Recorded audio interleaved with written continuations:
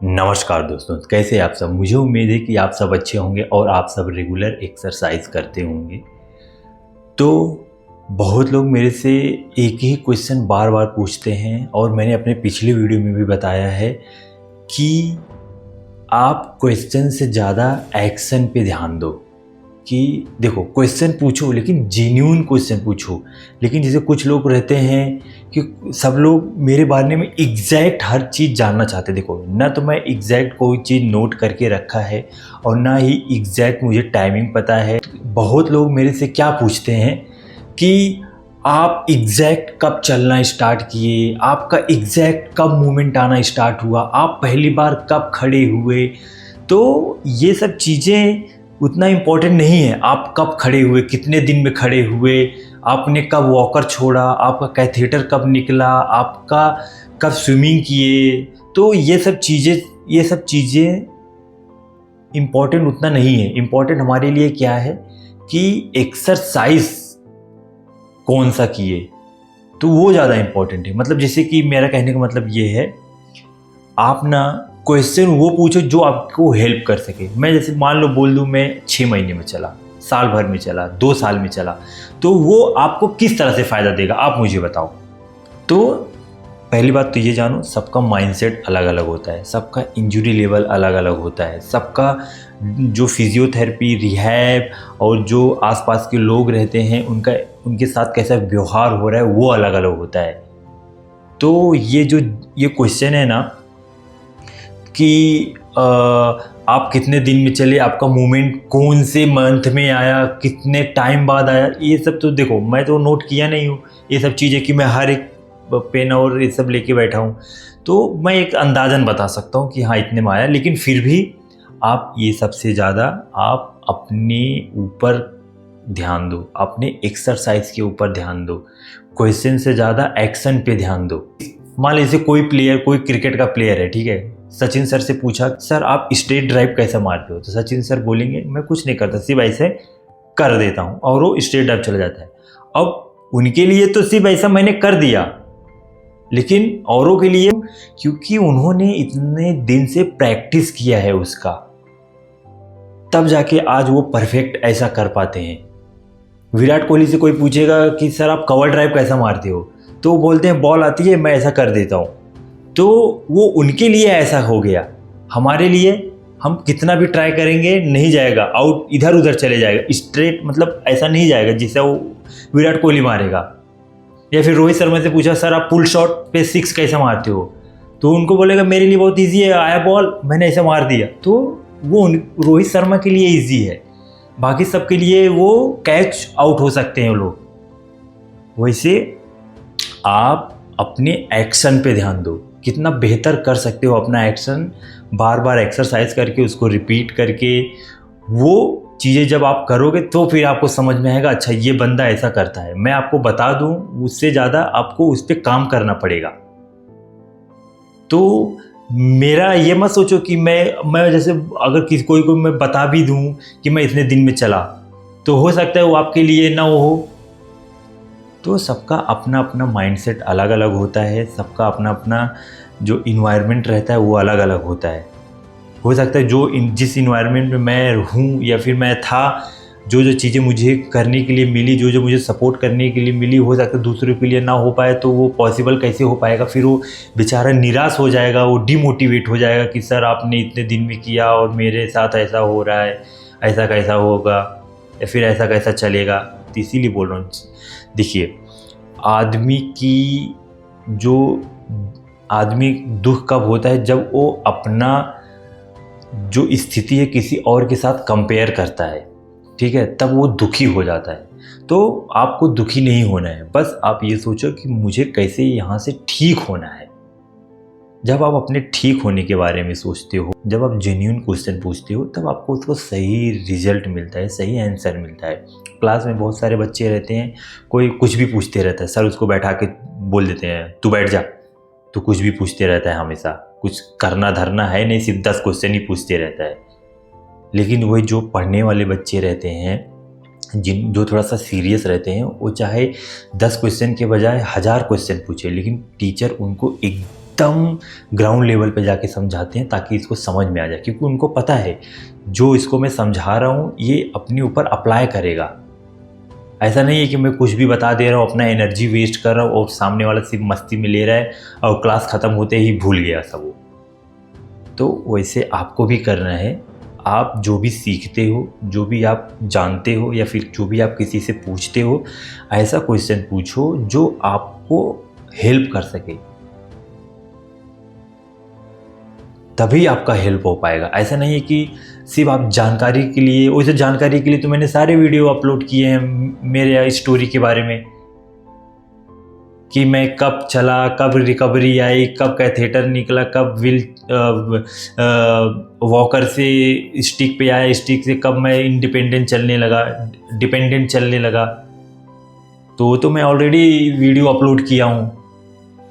तो आप genuine question लोगों से पूछिए, और जेन्युइन जब आप क्वेश्चन पूछेंगे तो आपको जेन्युइन आंसर मिलेगा। और उसके साथ साथ जो आंसर आपको मिल रहा है ना, उसको जब तक आप अपने जीवन में अप्लाई नहीं करेंगे तब तक आपका क्वेश्चन आंसर करने का कोई फ़ायदा नहीं है। जब तक आप उस क्वेश्चन का जो आंसर मिल रहा है उस आंसर का आप एक्शन में नहीं चेंज करते हो, तब तक वो हेल्प नहीं करेगा आपका।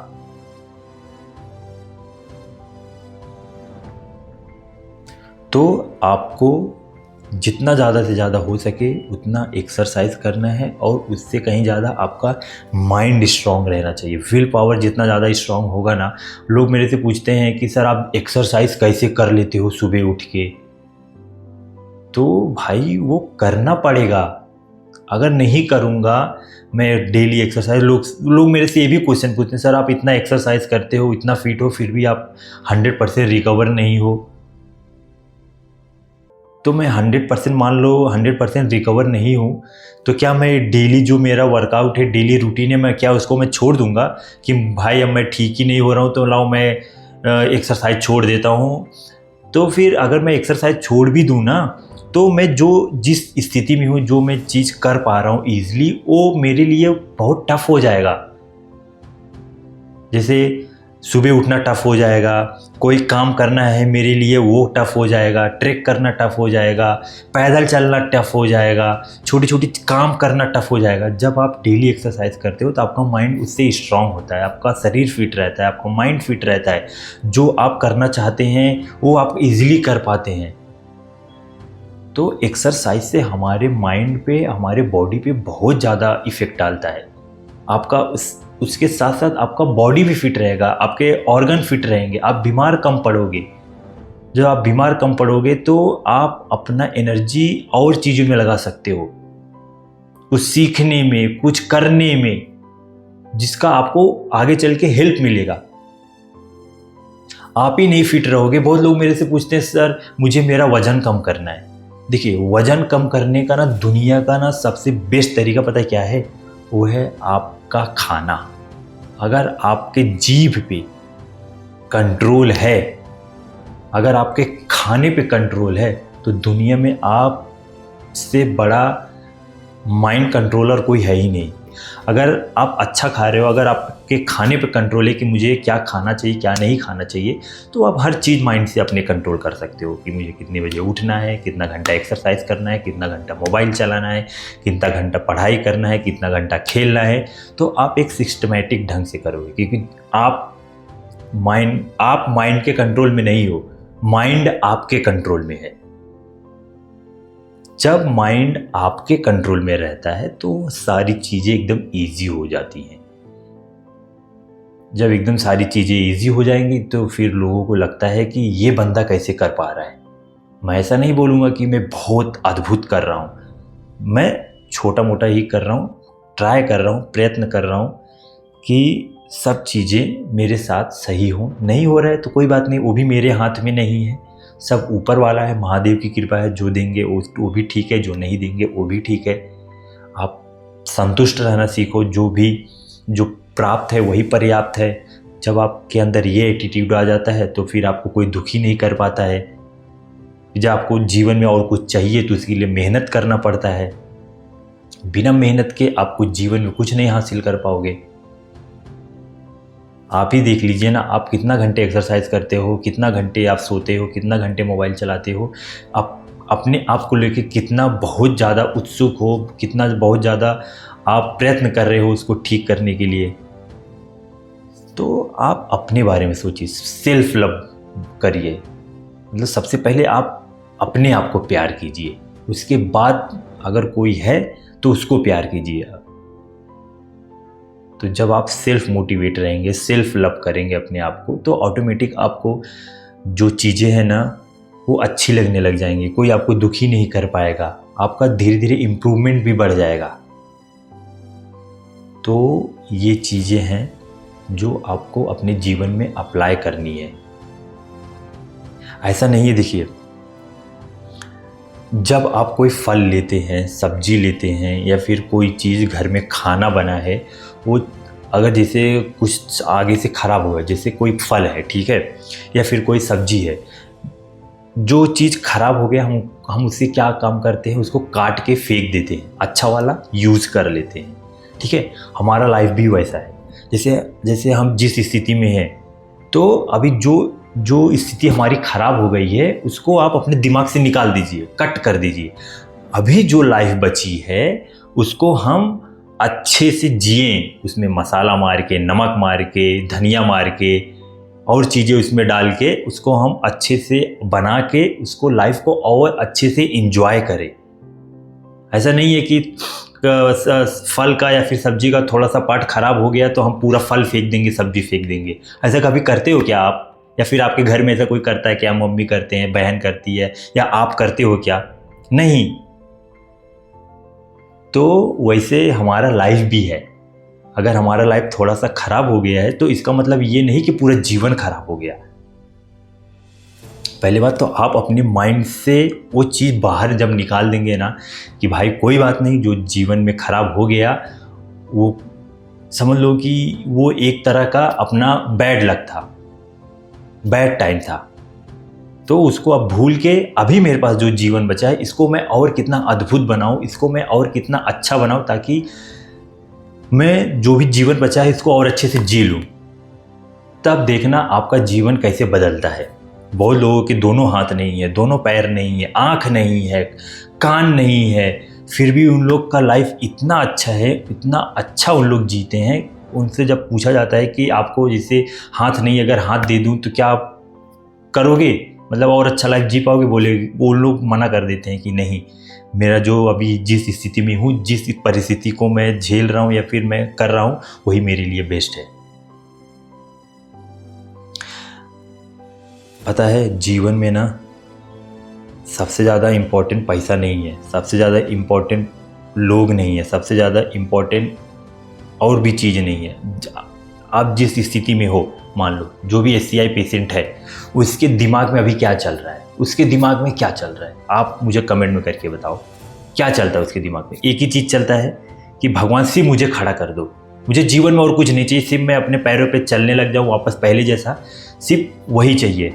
सबके दिमाग में वही आता है, मेरे दिमाग में भी वही आता था। तो फिर जब आदमी धीरे धीरे उस चीज़ से बाहर निकलता है ना, फिर उसकी इच्छाएं बढ़ने लग जाती है। अब मैं पैसा कमाऊँ, अब मैं परिवार बनाऊँ, अब मैं मकान बनाऊँ, अब मैं घड़ी खरीदूँ, अब मैं यहाँ वहाँ घूमूँ। तो ये सब चीज़ें सेकेंडरी हैं। प्रायोरिटी क्या है? हमारा हेल्थ। तो आप अपने हेल्थ के बारे में जितना अच्छा सोचोगे, जितना अच्छा उसको मेंटेन करके रखोगे, उतना वो आपको हेल्प करेगा आगे इम्प्रूव करने में, आगे तरक्की करने में।